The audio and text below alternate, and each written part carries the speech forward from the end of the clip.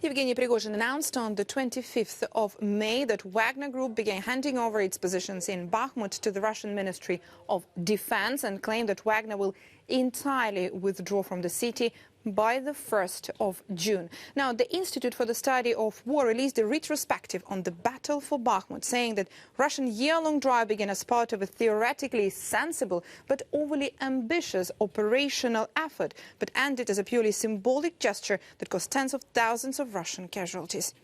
The siege of Bakhmut was originally intended to facilitate Russian offensive to encircle large Ukrainian forces in the east and specifically to take the large and fortified cities of Sloviansk and Kramatorsk from multiple directions.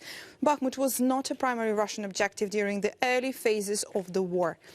Russia reprioritized the battle for Bakhmut in July-August last year, following the culmination of Russian attacks on Severodonetsk-Lysychansk line, which proved extremely costly and slow, consuming a high proportion of Russian offensive capabilities in Donbas. The successful Ukrainian counteroffensive in Kharkiv region in September 2022 that liberated Izum ended the prospect of a wide encirclement of Ukrainian forces in the east, thus depriving the attacks on Bakhmut of operational significance.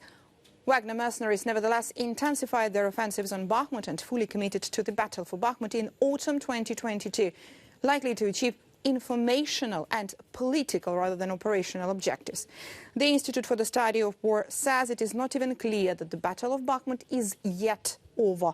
Ukrainian forces have been conducting local counterattacks on Bakhmut's flanks, having regained the initiative following Wagner's culmination. Now, the decision to allow the battle to end or force it into a new phase now lies with Kyiv. Ukraine thus now has the initiative at every level of war across almost entire front.